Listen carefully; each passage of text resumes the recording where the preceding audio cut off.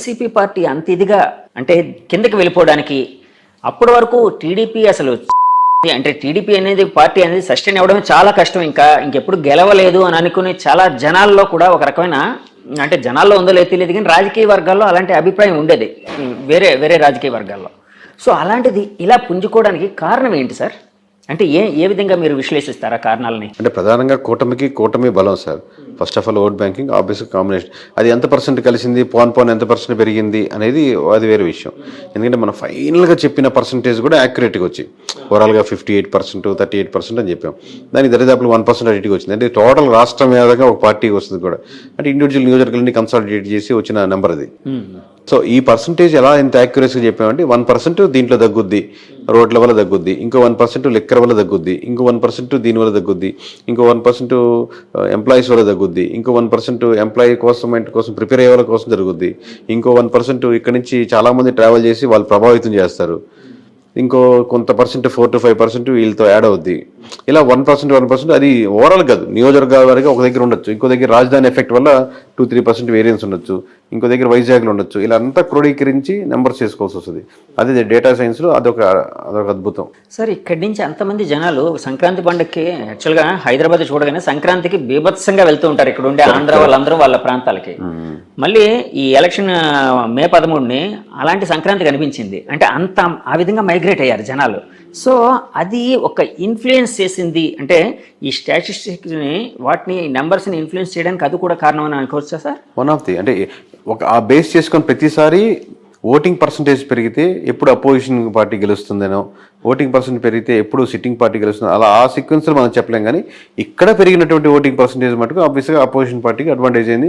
Plus అక్కడికి వెళ్ళి వాళ్ళు ఒక అవ్వాతాత వైఎస్ఆర్సీపీకి వేయాలనుకున్నా కానీ వీళ్ళు వెళ్ళి వాళ్ళని ఇన్ఫ్లుయెన్స్ చేసిన సందర్భాలు కూడా ఇంకో యాడెడ్ పర్సంటేజ్. సార్ ఇందాక కూటమి కలవడం ఒక ఓటింగ్ బలం దానివల్ల ప్లస్ అయిందని అన్నారు కదండి సార్. ఒకవేళ కూటమి అంటే టీడీపీ పార్టీ ఇండివిజువల్గా, జనసేన ఇండివిజువల్గా, బీజేపీ ఇండివిజువల్గా పోటీ చేసి ఉంటే యాక్చువల్ వైసీపీ గెలిచేది అది అందరూ అంటున్నమాట. అవునా అంటే సార్?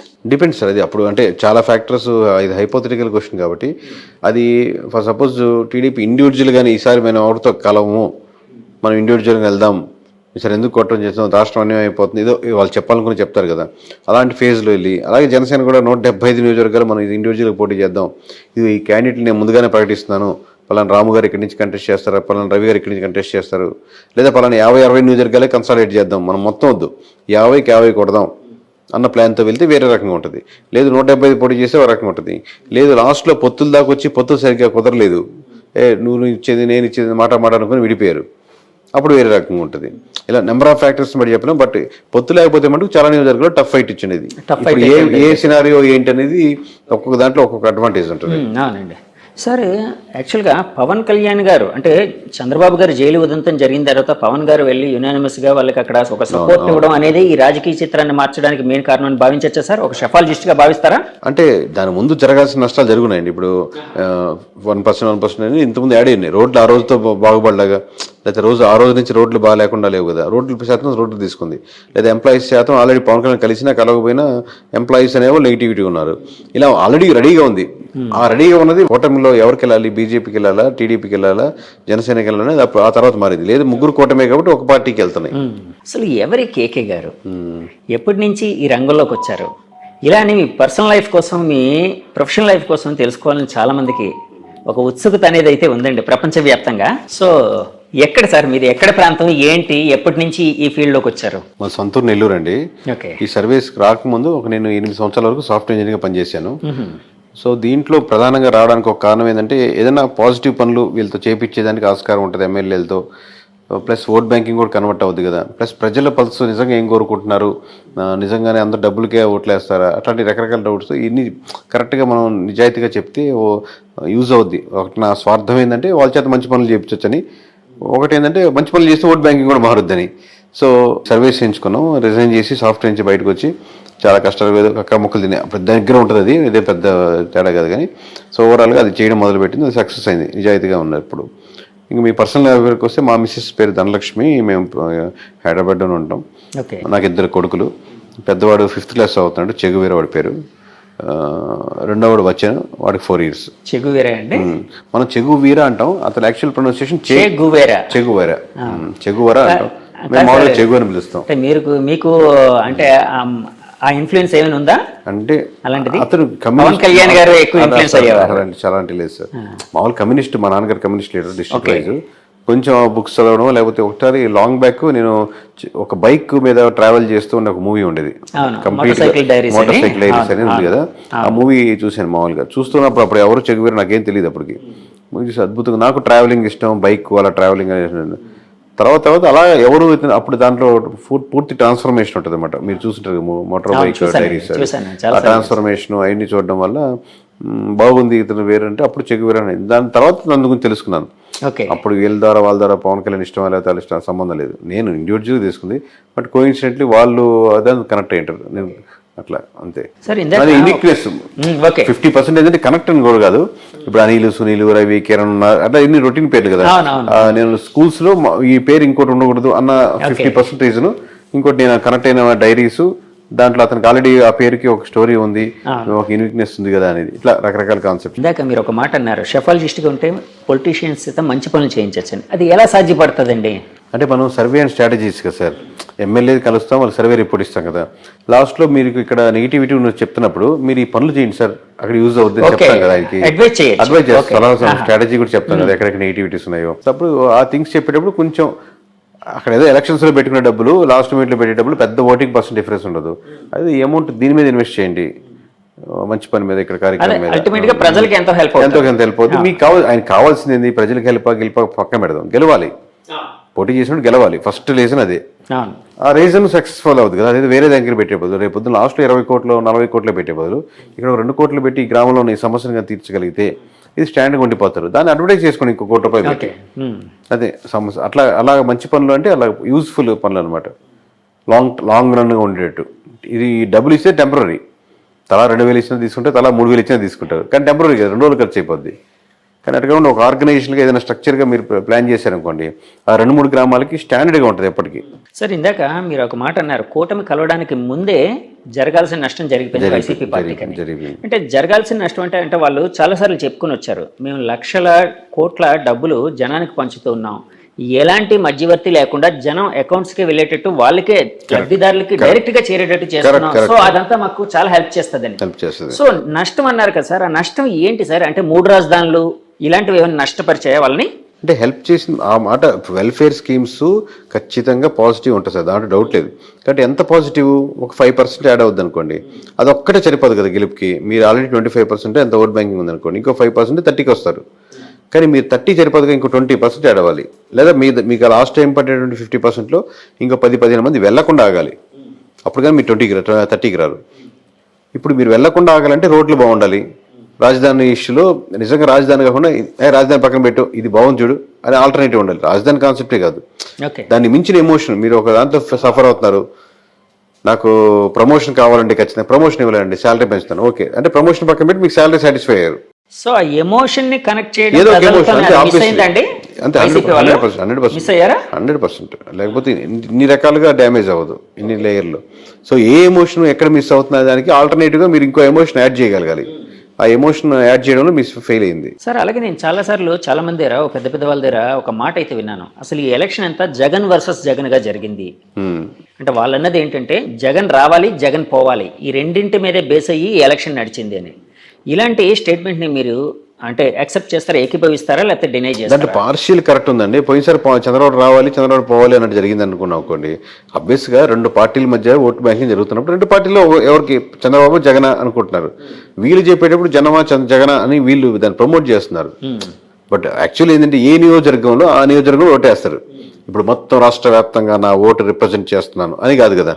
నా నియోజకవర్గంలో ఈ ఎమ్మెల్యేకి వేద్దామా, ఎమ్మెల్యేతో పాటు చంద్రబాబుని కూడా చూసేద్దామా, ఎమ్మెల్యే చెడ్డోడు కానీ తెలుస్తుంది, కానీ చంద్రబాబు మీద నాకు అభిమానం ఉంది వేద్దాంలే, అది ఈడు చాలా మంచివాడు ఎమ్మెల్యే, కాకపోతే జగన్ మీద నాకు వ్యతిరేకత ఉంది వీళ్ళేలే. సో ఈ ఫ్యాక్టరీ ఒకటి ఆలోచిస్తాడు. వీడు ఓవరాల్గా జనం అని అనుకోడు, నేను తన ఓటు తమ అంటే వాళ్ళ ఇంట్లో వాళ్ళు ఓటు ఇన్ఫ్లుయెన్స్ చేయగలుగుతాడు. కన్సాలిడేట్గా మనం చెప్తున్నప్పుడు మనం యాజ్ ఏ సర్వే దాంట్ నుంచి వచ్చాం కాబట్టి కన్సాలిడేట్గా ఆ ఓట్ బ్యాంకింగ్ ఎలా వెళ్తుందో అనుకుంటాం. దాంట్లో నెగిటివిటీస్ ఏంది, పాజిటివిటీస్ ఏంది, ఏ ప్రాంతానికి ఆ ప్రాంతానికి బట్టి తగ్గట్టే. సార్ రాష్ట్ర వ్యాప్తంగా వైసీపీ పతనానికి ముఖ్యమైన కారణాలు ఏమైనా ఒక 2-3 చెప్పాల్సి వస్తే ఏది మెయిన్ కారణంగా చెప్తారు? పతనం అనేది కరెక్ట్ కదా సార్. పతనం అనేది పతనం means అదే నేను పొలిటికల్ స్ట్రాటజీ మాట్లాడుతున్నాను అంతే. పతనం ఎందుకంటే వాళ్ళు 30% ఓట్ బ్యాంకింగ్ ఉంది, వాళ్ళ ఓట్ బ్యాంకింగ్ వాళ్ళకి స్టిల్ ఉంది. Okay. మీరు 100 మందిలో 30 మంది అటు నిలబడ్డారు, 70 మంది నిలబడ్డారు ఇటు. మనకి ఇట అల్గారిథమ్స్ లో మనకు ఉన్నటువంటి rules and regulations government of ఇండియాలో ఉన్నట్టు కాబట్టి మెజారిటీ ఓట్ బ్యాంకింగ్ బట్టి సీట్లు రావు కాబట్టి ఓన్లీ నియోజకవర్గాల బారు కాబట్టి మీకు తక్కువ కనపడుతుంది. కానీ 100% మంది అంటే చిన్న నెంబర్ కాదు. ప్రతి కోట్లో 30 లక్షల మంది ఉన్నారు. సో సీట్లు అంటే ఇప్పుడు ఇందా చెప్పినట్టు ఒక్కొక్కటి ఫ్యాక్టర్. ఇందా చెప్పినట్టు రోడ్డు కావచ్చు, అక్కడ స్కూల్స్ కావచ్చు, హాస్పిటల్స్ మంచి డెవలప్మెంట్ లేకపోవడం కావచ్చు, రకరకాల ఫ్యాక్టర్స్. అంటే ఏదో ఒక ఎమోషనల్ కంటాక్ట్, ఏదో ఒక రీజన్ అయితే అంటే స్టేట్ వైడ్ గా ఏదో కారణం ఉండే అవకాశం ఉంది కదండి. అట్లాంటిది ఏదంటారు? అంటే ఒక షెఫాలజిస్ట్ గా మీరు స్టేట్ వైడ్ గా అదే సార్. ఇప్పుడు మీకు ఇప్పుడు అంటే మీకు వన్ సైడ్ కనపడింది కాబట్టి అలా అనిపిస్తుంది. ఇప్పుడు రాజధాని స్టేట్ వైడ్ జరిగిందంటే రాజధాని మీ కృష్ణా గుంటలో ఉన్నట్టు మీకు శ్రీకాకుళంలో ఉండకపోవచ్చు, రాప్తాడులో ఉండకపోవచ్చు. రాప్తాడు ప్రజలు మనకు అమరావతిలో ఉండే రాప్తాడు సమస్యల మీద వేస్తుంది. అలాగే స్టేట్ వైజ్ ఉన్న డెవలప్మెంట్ మీద కూడా చూసుకుంటూ ఉంటుంది. అలాగే కొంచెం ఎమ్మెల్యే మంచివాడైతే కొంచెం కన్సిడర్ అవుద్ది. లేకపోతే 2-3 సార్లు ఓడిపోయినాడు, ఈసారి గెలవాలని సానుభూతి అవుద్ది. ఓవరాల్ జనరలైజ్గా స్టేట్మెంట్ చెప్పలేము.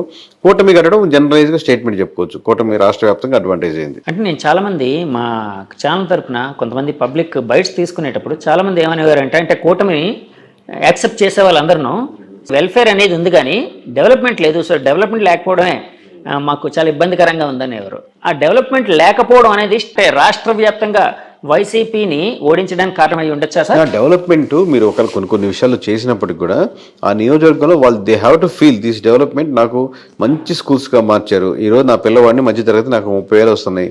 నేను ప్రైవేట్ స్కూల్ కట్టి 20,000 కట్టి పంపించాల్సిన అవసరం లేదు. ఈరోజు మంచి జగనన్న స్కూల్స్ బాగున్నాయి, నేను దానికే పంపిస్తాను. అందరూ అలా ఊర్లో ఎక్కువ మంది వెళ్తున్నారు అనుకోండి, ఆబ్వియస్గా మీరు వాళ్ళకి అడ్వర్టైజ్ చేసుకోనక్కర్లే. అట్లాగా సో అదేం ఫ్యాక్టర్ కాదంటారు సార్? అంటే మారుతూ ఉంటుంది అంటారు డెవలప్మెంట్ అనేది సమస్య ఊరి మీద ఉంటుంది. ఓకే సార్, ఇప్పుడు మీరు 2019లో సర్వే, మీ ఫస్ట్ సర్వే అది చేసిన వెంటనే చాలా ఇది వచ్చింది. అప్పట్లో మీకు ఏమైనా ఫోన్ కాల్స్ ఏమైనా వచ్చాయి సార్? వచ్చేసరి ప్రస్తుతం ఎప్పుడు వస్తుంటే, ఇప్పుడు ఈ మధ్య 4 రోజులు రావట్లేదు. కానీ మామూలు బెదిరింపు కాల్స్, లేకపోతే ఇలా చేయండి, ఎలా చేస్తారు, ఎలా చెప్తారు అన్నారు. పోనీ మీరు ఒక నెంబర్ చెప్పండి సార్ అంటారు. అంటే ఎమ్మెల్యేస్ నుంచి, మినిస్టర్ నుంచి నాకు రాదు. నాకు అడ్వాంటేజ్ ఏంటంటే నాకు అన్ని పార్టీల నుంచి తెలిసిన వాళ్ళే కాబట్టి సన్నిహితులే. అది మనం వర్క్ చేసిన క్లయింట్. సన్నిహితం అనుకుంటే కూడా క్లయింట్ అనొచ్చు, ఎందుకంటే ఆ డిఫరెన్స్ ఉంటుంది. సన్నిహితం అంటే క్లోజ్నెస్ అయిపోతుంది. సో క్లయింట్సే కాబట్టి మ్యూచువల్ రెస్పెక్టే ఉంటుంది. అది వాళ్ళు వేరే ఆ జిల్లాలో వేరే వాళ్ళు తెలియకపోయినా కేకే నాకు తెలుసు బాగా చేస్తారు అని వాళ్ళు వెళ్తుంటారు కాబట్టి నాకు వాళ్ళ నుంచి థ్రెటన్ కాల్స్ ఉండవు.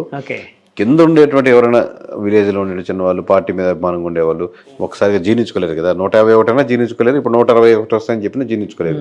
వాళ్ళ కోపం అనమాట, మన పార్టీ ఎలా పోద్ది అని ఫ్రస్ట్రేషన్ అలా ఉంటుంది. అంటే చాలా సార్లు నేను విన్నది ఏంటంటే పెయిడ్ సర్వేలు ఎక్కువైపోయి ఇలానే మీరు 160+ అని చెప్పారు కదండి. అప్పుడు మిమ్మల్ని కూడా ఒక పెయిడ్ సర్వేగా ఘాటును కట్టిన సందర్భాలు ఉన్నాయా సార్? మొన్న ఉంటాయి. ఆ ట్రోల్స్ పంపించేవాళ్ళు అప్పుడు ఎలా చెప్తారు, లేకపోతే వీళ్ళకి అమ్ముడు పోయారు, లేదా వాళ్ళకి అమ్ముడు పోయారు ట్రోల్స్ అని. కాసేపు ట్రోల్స్ చూసి ఎంజాయ్ చేసుకోవడం అంతే. తర్వాత రిజల్ట్ వచ్చాక ఇంకేం ఉండదు, చూసుకునేది ఉండదు. ఇప్పుడు ట్రోల్ లేదు కదా, ఓన్లీ పాజిటివ్ ట్రోల్స్. తర్వాత రావు కదా మళ్ళీ ఆపర్చునిటీస్. ఆ ట్రోల్స్ చూసి ఎంజాయ్ చేసుకున్నాం, బాగా చేశారు ఆ ట్రోలింగ్ అని. సార్ ఇప్పుడు ఇంత యాక్యురేట్ గా మీరు నెంబర్ చెప్పినప్పుడు చాలా మంది పెద్దవాళ్ళు కూడా ఎవరైనా చాలా మంది మీకోసం సెట్ చేస్తున్న ఇది కూడా తెలుసు. ఎందుకంటే నేను నిన్న మురళీమోహన్ గారిని కలిసినప్పుడు కూడా ఆయన అన్నారు, కేకే గారు అనే ఆయన ఎవరో చాలా బాగా చేశారండి, ఆయన కలవాలి అని కూడా అన్నారు. సో అలాగా పొలిటికల్ పార్టీలు అయితే ఇంకా ఎక్కువ ఇంట్రెస్ట్ పే చేస్తుంటాయి ఎవరైనా ఇంత యాక్యురేట్ గా చెప్పారని. అలాగా టీడీపీ పార్టీ అధినేత నుంచి కానీ ఇంకా వేరే పార్టీల అధినేతల నుంచి కానీ మీకు ఫోన్ కాల్స్ వచ్చాయండి? అంటే ఎలక్షన్స్ రిజల్ట్ నుంచి ఎవరెవరు వచ్చారు అని చంద్రబాబు దగ్గరికి వెళ్దాం, లేకపోతే పవన్ కళ్యాణ్ దగ్గరికి వెళ్తాం అని చెప్పి నేను తీసుకెళ్తాను, నాకు బాగా క్లోజ్ లేదు అన్నట్టు. కేకే అనేది ఒక కార్డు లాగా అయిపోయింది కదా సార్. ఇప్పుడు కేకే అనే కార్డు తీసుకెళ్లి ఇక్కడ చూసి కేకే అని వస్తాను సార్, నేను తీసుకెళ్తాను సార్, అది సార్ అంటారు. నాకేమో చంద్రబాబు నాయుడు కార్డు, పవన్ కళ్యాణ్ కార్డు చూపిస్తారు. ఇప్పుడు నాకు ఆ కార్డు ఎందుకు అవసరం లేదు. ఇప్పుడు నేను విజిటింగ్ కార్డు అవసరం లేదు, నేనే విజిటింగ్ కార్డు అయ్యాను కాబట్టి. సో నేను అట్టని చెప్పి బలుపుతోనే వెళ్ళాను కాదు. ఇప్పుడు ప్రమాణ స్వీకారానికి వాళ్ళ ఇండివిజువల్ సెక్షన్. మనం ఏంటంటే మన పని మనం చేసేసాం. దీపంగా ఎట్లా ఉంటాయి నిజంగా వాళ్ళకి అవసరం ఉండి ఫోన్ చేశారు అనుకోండి. ఇప్పుడు వైఎస్ఆర్సీపీ నుంచి ఎవరో ఫోన్ చేశారు, ఇక్కడ కలుద్దాం సార్, మాకు ఒకసారి చెప్పండి విశ్లేషణ ఎలా ఉంది, ఎందుకు జరిగింది ఓట్ బ్యాంకింగ్ పాలసీ. నేను దానికే నో అని చెప్పను. వాళ్ళకి కావాలనుకున్నప్పుడు వాళ్ళే అప్రోచ్ అవుతారు కదా. మనం వెళ్ళి కాల్ చేసి కలవాల్సిన అవసరం ఏముందని. మన వర్క్ కాదు కదా. వాళ్ళు కలిసి కంగ్రాచులేట్ సార్ మీరు గెలవడానికి నాకు ఎంతో ఆనందాన్ని ఇస్తుంది అని అటాచ్డ్ అయిపోదాం అనేది ఉండదు. కంగ్రాచులేషన్ కాల్స్ అయితే వస్తూ ఉంటాయి కదండి పెద్దవాళ్ళ దగ్గర అవి నుంచి. 100 కాల్స్ సార్, అవి 1000 కాల్స్, 100,000 కాల్స్. నేను చెప్పిన సోకాల్ నా పేర్ల నుంచి ఏమైనా వచ్చాయండి? అంటే వాళ్ళ తరపు నుంచి వాళ్ళ తరపు నుంచి ఎవరో పక్కన నుండి ఫోన్ చేస్తుంటారు కదా, చాలా హ్యాపీగా ఫీల్ అయ్యారు సార్, సార్ చెప్పమన్నారు ఎట్లా చెప్తారు. సార్ షెఫాలజిస్ట్ అనగానే ఒక రకమైన అంటే కత్తి మీద సాము లాంటిది మీ పని. దాంట్లో సింగిల్ నెంబర్ చెప్పడం కత్తి మీద సాము. కత్తి కోసం ఉంటుంది, ఆ కోసం నిలబడ్డట్టు, అంచు మీద నిలబడ్డట్టు, అటు ఇటు లోపలికి దిగిపోద్ది. అవును, ఎందుకంటే ఎప్పుడైనా కూడా అంటే రాజకీయాలు అనేటప్పుడు ఒకరు ప్రేమిస్తారు, ఒకరు ద్వేషిస్తారు. మీరు ఒక నెంబర్ చెప్తే వాళ్ళకి ఫరగా ఉందనుకోండి, వాళ్ళు విపరీతంగా ప్రేమిస్తారా, మా సూపర్గా చెప్పారా అని, అవతల వాళ్ళు నిజంగా ద్వేషిస్తారు. అంటే మీరు ఇందాక మెచ్యూరిటీ అన్నారు కదా, అది వేరే లెవెల్. అంటే మామూలు కార్యకర్త స్థాయి, కింద స్థాయి వ్యక్తుల కోసం నేను కింద క్యాడర్ కోసం చెప్తున్నాను. ఇలాంటి అంటే ఒక రాజకీయ పార్టీలకి గెలుపు ఓటమి ఉంటుందండి. అంటే ఇప్పుడు ఈ రోజు వైసీపీ ఓడిపోయింది, 2024లో పుంజుకునే అవకాశం ఉండొచ్చు, అంటే కరెక్ట్ పనిచేసి ఉంటే, అంటే కూటమి కంటే కొంచెం బాగా వీళ్ళు చేయగలిగితే రేపు పొద్దున్న ఏమైనా చేయగలిగి. కానీ షెఫాలజిస్టులు కూడా అంటే కొన్నిసార్లు సక్సెస్ఫుల్గా ఉంటారు, కొన్నిసార్లు ఫెయిల్యూర్స్ లోనే అవుతారు. ఫర్ ఎగ్జాంపుల్ ఆరామస్థాన్ గారు మీరు చెప్పారు, ఆరామస్థాన్ గారు చెప్పారు. ఆరామస్థాన్ గారిది అంటే ఓడిపోయిన తర్వాత ఫుల్ జనాలు ట్రోల్స్ చేయడం, ఆయన ఫోన్ స్విచ్ ఆఫ్ చేసుకోవడం ఇలాంటివన్నీ జరిగాయి. సో అంటే షెఫాలజిస్టులు కూడా ఇంత ద్వేషం అంటే ఇంత నెగిటివిటీ ఉండడం అవసరం అంటారా? అంటే ప్రజల నుంచి లేకపోతే ఆ క్యాడర్ నుంచి? ఇప్పుడు ఎవరో ఒక అతను వచ్చేసి జగన్మోహన్ రెడ్డి గారు 150 వస్తున్నాయి, లేదా పవన్ కళ్యాణ్ గారికి 21 వస్తున్నాయి అనుకోండి, దాని మీద అటెన్షన్ రాదు, ఎవరు చూడరు, పెద్ద కమెంట్ రాదు, 1-2 కమెంట్లు వస్తాయి. కానీ ఒకరు నమ్మి వాళ్ళ బ్యాక్గ్రౌండ్ వర్క్ బాగుండి అటెన్షన్ తెచ్చుకొని చేసినప్పుడు ఆబ్వియస్గా మీరు కొంచెం దగ్గరగా ఫీల్ అయితే ఇబ్బంది ఉండదు. మరీ దూరంగా తూర్పు అంటే పడమర అంటే తూర్పు ఉంది అనుకోండి, ఆబ్వియస్గా దాని మీద పార్టీలకి వ్యక్తులకి ఇట్లా రకరకాల వ్యక్తులు ప్రభావితం అవుతుంటారు. కాబట్టి ఆ ప్రభావితం చెందినవాడు తప్పనో ఒప్పనో దానికి తీవ్రం కమెంట్ చేస్తారు. రిజల్ట్ వచ్చాక ఇంకా అసలు తీవ్రం అయిపోతుంది, ఇంకా మామూలుగా కాదు అంతే. సో మామూలుగా మోస్ట్లీ చెప్పేది ఏంటంటే మీరు ప్రాపర్గా ఉంటే మటుకు ఆబ్వియస్గా ప్రజలు అభిమానిస్తారని అనుకుంటున్నాను. మనం మిస్ అయితేనే మిస్ కొడుతుంది. సార్ ఇప్పుడు 2024 ఎలక్షన్ అయిపోయింది, ఇప్పుడు ఫామ్ అవుతుంది కూటమి. ఒకవేళ 2029లో మళ్ళీ వీళ్ళు కూటమి వాళ్ళు రావాలి అంటే ఎలాంటి డెవలప్మెంట్స్, ఎలాంటి ఫ్యాక్టర్స్, అంటే ఎలాంటి మంచి పనులు, ఇందాక మంచి పనులు అన్నారు చూడండి, కొన్ని అడ్వైజ్ చేస్తూ ఉన్నారు కదా, ఒక షెఫాలజిస్ట్గా అడ్వైజ్ చేయాల్సి వస్తే ఎలాంటి పనులు వీళ్ళకి కూటమి వాళ్ళకి చంద్రబాబు నాయుడు గారికి అడ్వైజ్ చేస్తారు మీరు? సో ఖచ్చితంగా అండి, మనం లాస్ట్ టైము చెప్తున్నాం, ఈసారి చెప్తున్నాం, మీరు ఓన్లీ వెల్ఫేర్ స్కీమ్స్ మీదే ఆధారపడి గవర్నమెంట్ నడుపుతున్నామంటే అవతల పార్టీ ఏది ఉంటుంది అప్పుడు ఏది క్యాప్చర్ చేయగలుగుతుంది అనేది వేరే విషయం. బట్ ఓన్లీ ఫ్రీ స్కీమ్స్ మీద డిపెండ్ అవుతుందండి. ఇప్పుడు మీకు సూపర్ 6 అని పెట్టారు సార్, సూపర్ 6లో ఒకటి తీసేయండి పోనీ, ఇది బస్సుల్లో ఫ్రీ ప్రయాణం తీసేశారు అనుకోండి, స్టిల్ ఇదే నెంబర్ వచ్చిండేది. ఈ నెంబర్లో ఎటువంటి మార్పు ఉండేది కాదు ఓవరాల్గా. లేదు ఇంకొంచెం ముందుకెళ్ళి సిలిండర్లు తీసేశారు అనుకోండి, 3 సిలిండర్లు తీసేశారు, అది పెద్ద మార్పు లేకుండా ఇంచుమించు ఇదే రేంజ్ లో ఉండేది. ఎక్కడో చిన్న డిఫరెన్స్ తప్పితే 1% తప్పితే. అంటే ఎందుకు సార్ వ్యతిరేకత అంత ఎక్కువగా ఉందనా? వ్యతిరేకత ఎక్కువ ఉంది, పీపుల్ ఎక్స్పెక్ట్ చేసేది ఎక్కువ. మీరు కన్విన్స్ చేయగలగాలి. ఇప్పుడు ఫ్రీ స్కీమ్స్ ఏదైనా తగ్గించిన, లెట్స్ సే పెన్షన్ ఉంది, పెన్షన్ మంచి స్కీమ్ అనుకుందాం, దాంట్లో ఎక్కువ మంది ఎఫెక్ట్ పడుతున్నారు అనుకుందాం అనుకోండి, మీరు ఏదైనా స్కీమ్ తీసేయాలనుకుంటే పీపుల్ కన్విన్స్ చేసే ఆప్షన్ ఉందన్నమాట ఎక్కువ. ఎందుకంటే ఎందుకు తీస్తున్నాను, ఈ స్కీమ్ ఎందువల్ల ఉపయోగం ఉంది, ఆ పార్టీలు ఇచ్చి ఇలాగే పోతున్నాయి, ఇప్పుడు మీరు ఎక్స్పెక్ట్ చేసేటట్టు మంచి స్కూల్స్, గవర్నమెంట్ స్కూల్స్ మీరు ఎక్కడికి పోనక్కర్లేని రాసిస్తాను, మీరు వెళ్ళాలనుకుంటే వెళ్ళండి, మంచి ఇంటర్నేషనల్ స్కూల్ కావాలి అనుకుంటారు. కానీ మీకు కావాలంటే మంచి గ్రౌండ్, బేసిక్ నీడ్స్, మంచి స్టాఫ్, టీచర్స్, మంచి ఎడ్యుకేషన్ ఉండేటట్టు, లేదా ఏదైనా ప్రైవేట్ స్కూల్కి గ్రౌండ్లు లేని ఉండేటట్టు ముక్కుపాదం లాంటి తొక్కేసి, నా దృష్టిలో 5 సంవత్సరాలు దాటే లోపల 5 సంవత్సరాలు దాటిన కుర్రోడు వరకు 25 సంవత్సరాల వరకు మీరు ఎక్కడ ఎడ్యుకేషన్లో 3 చూసుకోవాలనుకుని డెవలప్ చేస్తాను. మీకు కావాలంటే నేను ఫ్రీ గవర్నమెంట్ స్కూల్ కాబట్టి ఫ్రీ అని కూడా చెప్పాల్సిన అవసరం లేదు. మీరు ఎంతో కొంత బేసిక్ ఫీజు స్ట్రక్చర్ ఎందుకంటే పూర్తిగా గవర్నమెంట్ మీద భారం పడకుండా అలా ఉండేదని డెవలప్ చేద్దాం. దీనికి కావాలంటే ఎన్ఆర్ఐస్ చాలామంది ఉన్నారు కాబట్టి స్కూలింగ్ వరకు స్టాండర్డైజ్ చేసేద్దాం. ఇంకా నెక్స్ట్ 25-30 సంవత్సరాలు 50 సంవత్సరాల వరకు చూసుకోవాల్సిన అవసరం లేకుండా తయారు చేద్దాం అని కన్విన్స్ చేశారనుకోండి, అసలు మీరు అడ్వర్టైజ్ చేసుకోవాల్సిన అవసరం లేదు. పీపుల్ ఓట్లు మామూలుగా గుద్దుతారు వచ్చి.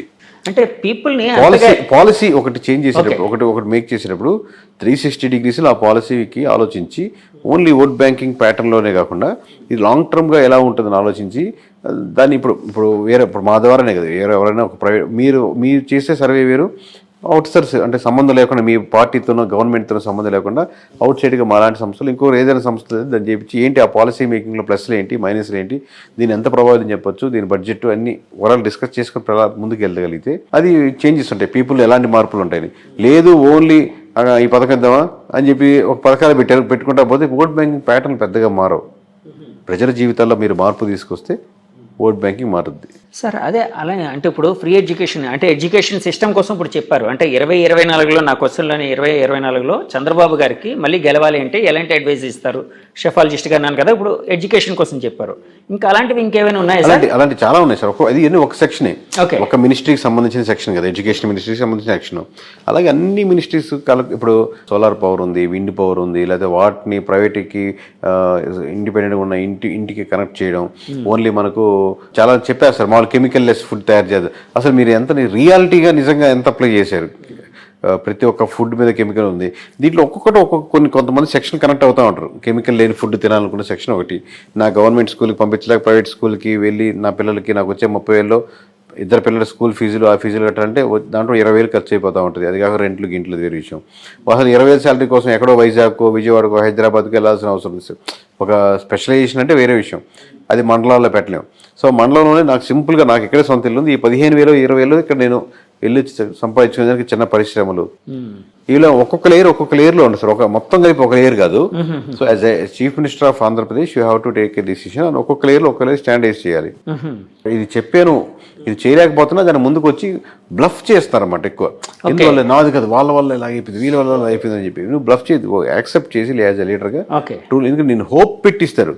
నువ్వు తప్పు ఒప్పుకొని సారీ సార్ నేను దగ్గర నేను 10 నిమిషాలు లేట్గా వచ్చానండి అని మీరు యాక్సెప్ట్ చేశారనుకోండి, ఒప్పుకుంటారు దానికి. అంటే యాక్చువల్గా జగన్మోహన్ రెడ్డి గారు గెలిచిన వెంటనే 5 లక్షలు 10 లక్షలు సంథింగ్ ఏదో ఉద్యోగాలు అన్నారు, ఏదో 20 లక్షల సంథింగ్ నెంబర్ నాకు గుర్తులేదు కానీ. సో ప్రతిపక్షాల నుంచి టీడీపీ కూటమి నుంచి టీడీపీ నుంచి ఎక్కువ విమర్శలు ఏమొచ్చేవంటే వాళ్ళు చేయలేదు అని అన్నారు. సో జనాలు కూడా దాన్ని ఫీల్ అయ్యారు. సో జగన్మోహన్ రెడ్డి గారు నేను చేయలేకపోయానని చెప్పి యాక్సెప్ట్ చేసి జనాల్ని కన్విన్స్ చేయగలిగితే నెగ్గే అవకాశం ఉండేది సార్. మనం 100 అనుకుంటాం సార్, ఇంట్లో 4 పనులు చేద్దాం అనుకుంటాం, ఒక పని కుదరదు. కానీ మీ వైఫ్కి మీరు ఫోన్ చేసి నేను సాయంత్రం 6 గంటలకు రాలేకపోతున్నాను, ఎందువల్లంటే ఇది ఇక్కడ బిజీగా ఉంది, పెద్ద ఆయనతో ఉన్నాను, మీరు చెప్పినట్టు ఏదో ఉన్నారు, కన్విన్స్ చేసుకుంటారు. మీరు చెప్పే రీజన్ కన్విన్సబుల్గా ఉండే దానికి అదర్ ఆల్టర్నేటివ్ చూపించగలిగితే, మనం 6 గంటలకు రాలేమనుకున్నా మనం బయటకు పోయి భోంచేద్దాం, ఈరోజు రెస్టారెంట్కి వెళ్దాం ఉన్నాను అనుకోండి, దానికంటే బెటర్ ఆప్షన్ ఇచ్చారన్నమాట. 1 గంట లేట్గా వస్తాను బట్ బయటకు వెళ్దాం అంటే బెటర్ ఆప్షన్ ఇస్తున్నారు. సో ఒక ప్రాజెక్ట్ని కూడా ఇది పాలసీ చేయలేకపోతున్నాం, బట్ దీనికంటే ఇంకో సెక్షన్లో బెటర్ ఆప్షన్ ఓకే అలా ఇవ్వగలిగితే కన్విన్స్ అవుతారు. ఇదేం పెద్ద లాజిక్, అర్థమైతే సింపుల్ లాజిక్, అర్థం కాకపోతే ఇది పెద్ద డేటా సైన్స్ సార్. ఇప్పుడు అంటే చిన్న గీత పెద్ద గీత లాగా అంతేనండి. అంతే సార్. ఇప్పుడు చంద్రబాబు గారు యాక్చువల్గా ఇందాక Super 6లో ఇప్పుడు ఉచిత బస్సు పథకం కావచ్చు, లేకపోతే 3 సిలిండర్లు ఫ్రీగా ఇచ్చే పథకం కావచ్చు, ఇలాంటివి తీసేసినా కూడా సేమ్ ఫిగర్స్ విజయం వచ్చేదని అన్నారు కదండి. ఇప్పుడు రేపొద్దున్న అంటే సూపర్ 4 అని పెట్టుకోవాలి, సూపర్ 4 కాదు 2029లో ఒకవేళ ఆయన చేయలేక అంటే ఈ పథకాలన్నీ వద్దు అని అనుకొని నేను ఈ పథకాలు ఏమీ చేయను, మామూలుగా నేను ఒక మంచి పరిపాలన చేస్తాను అంటే జనాలు యాక్సెప్ట్ చేస్తారా సార్? అది కష్టం అవుద్ది. అన్ని పథకాలు ఒక్కొక్క దానికి ఒక్కొక్క డిస్కషన్, మళ్ళీ సింపుల్ గా ఓవరాల్ గా చెప్పలేము దానికి. ఎందుకంటే ఒక్కొక్క స్కీమ్ ఏ సెక్షన్ మీద ఎఫెక్ట్ పడుతుంది, ఏ సెక్షన్ చూసి ఎంతమంది ఓట్ బ్యాంకింగ్ పడింది, దాన్ని కన్విన్స్ చేసుకుని మీరు ఏ ఆల్టర్నేటివ్ చేస్తారు. నేను మంచి పనులు చేస్తానంటే కాదు, నేను సిలిండర్ తీసేస్తాను మీకు మంచి గవర్నమెంట్ ఇస్తాను, మీ సిలిండర్ తీసి దాంతో పాటు ఏమి ఇద్దాం అనుకుంటున్నారు. ఇప్పుడు ఆల్రెడీ మీరు కమిట్ అయ్యారు కాబట్టి అప్పుడు మీరు చేసుకునే ఆప్షన్ కన్విన్స్ అవుతారు కూడా ప్రజలు. ఎందుకంటే మీరు మంచి పరిపాలన అందిస్తారనే ఓట్ బ్యాంకింగ్ ఎక్కువ ఉంది అంటున్నాను. ఆ ఓట్ బ్యాంకింగ్లో ఇంకా అదర్ ఆప్షన్స్ లేవు.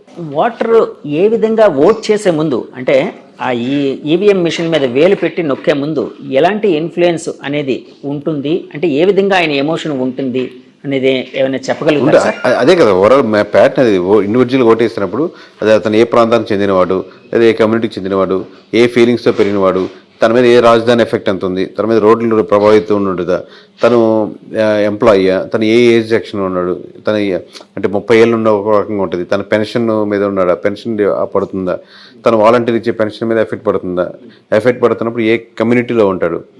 ఇప్పుడు ఈ కాంబినేషన్ కూటమి కట్టినప్పుడు కాంబినేషన్కు యాడెడ్ ఉన్నాడా, లేదా బయట నుంచి వస్తాడా, లేదా మనం మామూలు జనరల్గా ఎస్సీ ఎస్టీ బీసీ ఓసీ సెక్షన్లో అలా డివైడ్ చేసుకుంటే అదేంటి, ఇలా అన్ని లేయర్లు నొక్కుతున్నప్పుడు తన మనసులో ఏది ఎక్కువ నొక్కుతుందని మనం నొక్కేదాన్ని బట్టి ఆధారపడుతుంది.